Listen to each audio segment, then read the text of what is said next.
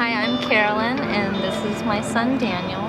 So he was born in 2003, and I had heard about the MMR back, autism possible link, and I was skeptical, and I'd heard about the splitting up the vaccines, the M and the R.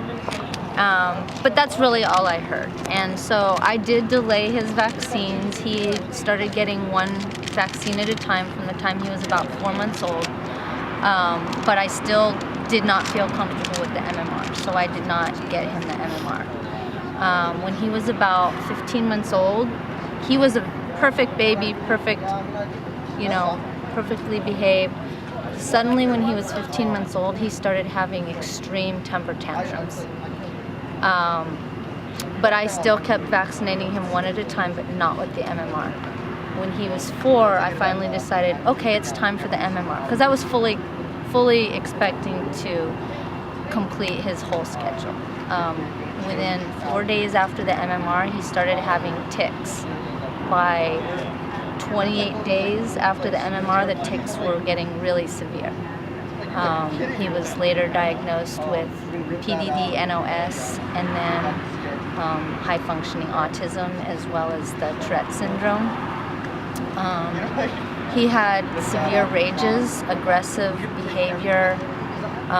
When the tics were really bad, the behaviors got out of control. I mean, there were times where we had to call 911 for help. There were times he had to be restrained. He couldn't go to public school. He had to go to a special school.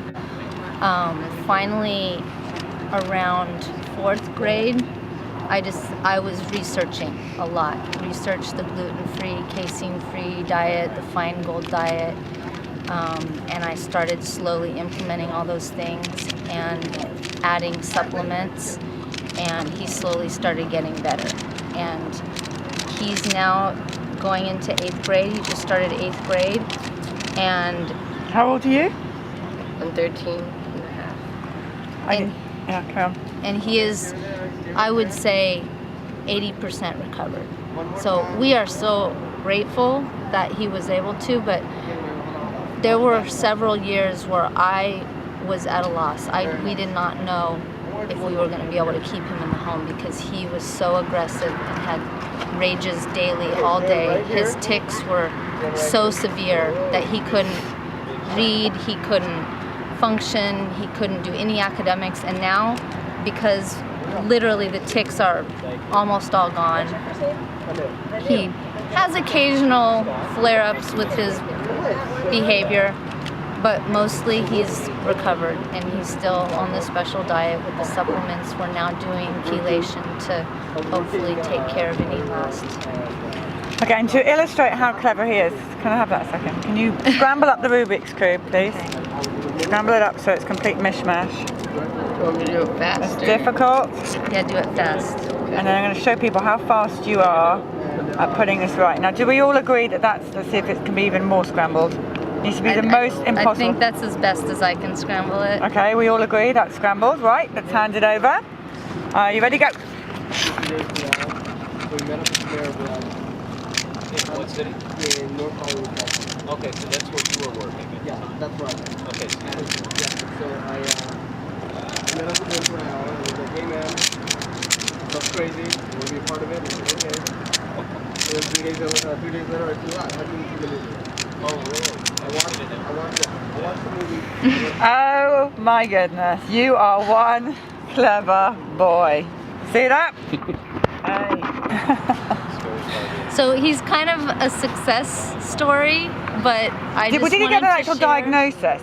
He got a diagnosis of high-functioning autism, Tourette syndrome, PDD, NOS, oppositional defiant disorder, ADHD. He would like the full works. I mean, They just gave you everyone. Yeah. I mean, he was so severe that he was not able to be accommodated in the public school from 1st grade all the way till 5th grade. And how do you feel now? I feel great, I guess.